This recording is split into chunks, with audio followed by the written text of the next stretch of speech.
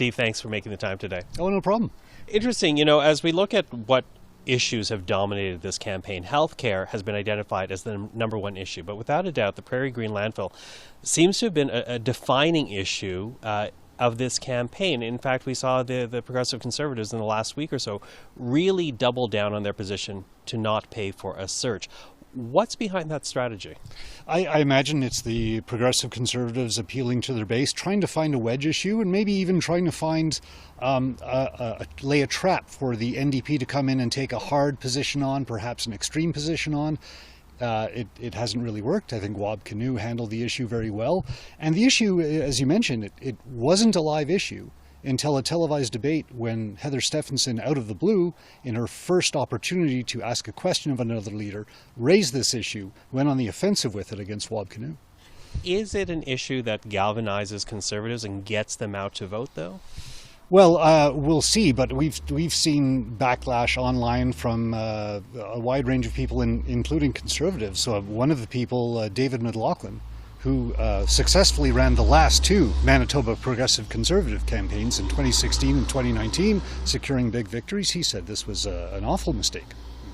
An awful mistake. It's interesting, though, too, because as she made that comment since the debate, Heather Stephenson hasn't spent a lot of time in Winnipeg, and yet this is really where all the seats are. What does that say to you? Well, it's interesting. She was out in Brandon. Brandon East could swing. It's been NDP most of the time. It's been Tory the last couple of 2016, 2019. So she's out protecting some of the rural seats, but that's not a very efficient use of her time because she can travel between 3 or 4 seats. We have 32 seats in Winnipeg, 32 of the 57. She can hit a lot of seats in one day if she stays in Winnipeg. I've never seen this before where a party leader basically does not hold a media event in the city for 9 days. What does that say to you, though? Is it a concern that really it's going to be a rural base that holds her party together? Is it an acknowledgement that Winnipeg is a lost area for her? What do you think?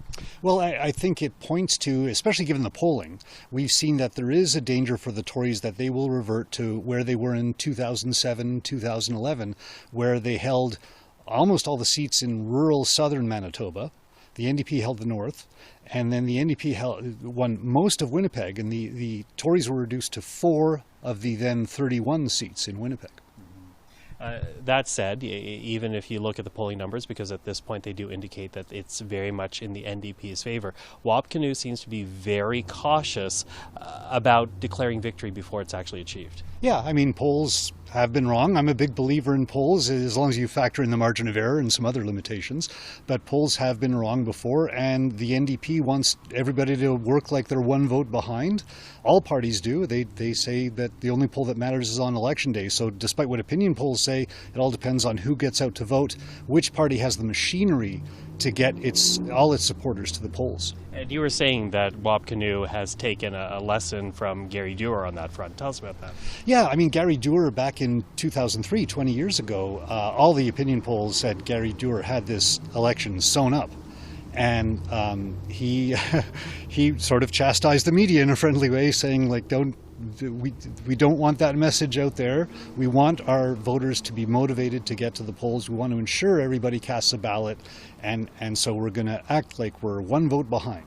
Well, and to that, for the NDP to form government, they not only need to hold downtown Winnipeg, which they have a fairly strong support base in, but they also need to expand to the suburbs, the outer suburbs of the city. How worried are they? How confident are they about meeting that challenge?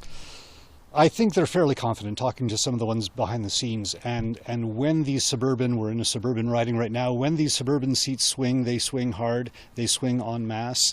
And we saw that when the Tories came to power and won 40 seats. All these suburban seats in South Winnipeg and West Winnipeg, and most in the north and the east, swung to the Tories. The NDP is fairly confident. They've been concentrating a lot of their efforts here. Wab Kinew has spent a lot of time outside hospitals in suburban seats promising to reinvest in healthcare that had been cut back. So any ridings you're watching out for in particular for tonight? Well, we're in Seine River here. That was NDP until 2016. It has been Tory since. The NDP have this on one of the targeted ones. I think St. Boniface is going to be very, very interesting because The Liberal leader, Dougal Lamont, won that in a by-election at a time when the local NDP were very divided. Former Premier Greg Selinger, the New Democrat, had represented that area. He was forced out by Wab Kinew. The local NDP was very divided. They appear united now. The NDP is polling up, so I think Dougal Lamont is in a struggle there. And then, as I said, a lot of these suburban seats, they're the ones that swing. There are about 12 to 13 seats in any given Manitoba election that actually change. And a lot of them are these suburban seats in Winnipeg. So when you look at Seine River, Southdale, Waverley, places like that, those are the ones to watch. And you might see those swing if the polls are right tonight. Okay, well, we're watching, Steve. Thank you so much for the time. Oh, you're welcome.